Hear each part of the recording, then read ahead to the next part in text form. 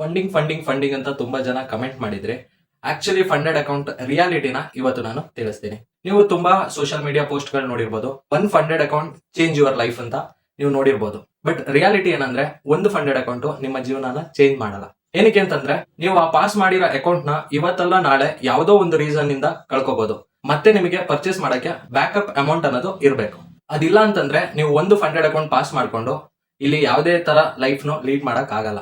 Influencers ಹೇಳ್ತಾರೆ ಅಗ್ರೆಸಿವ್ಲಿ ನೀವು funded account ನ ಪಾಸ್ ಮಾಡ್ಬೇಕು ಅಂತ.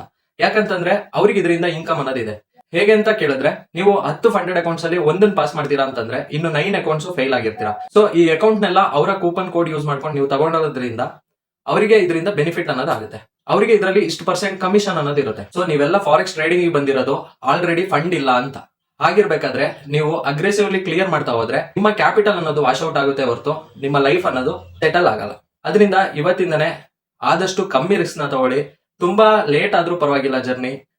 ಅಗ್ರೆಸಿವ್ಲಿ ಮಾತ್ರ ಕ್ಲಿಯರ್ ಮಾಡಕ್ ಹೋಗ್ಬೇಡಿ. ನಿಮ್ ಜೊತೆ ಬ್ಯಾಕಪ್ ಅಮೌಂಟ್ ಇದೆ ಅಂತಂದಾಗ ನೀವು ಅಗ್ರೆಸಿವ್ ನ ಟ್ರೈ ಮಾಡಬಹುದು.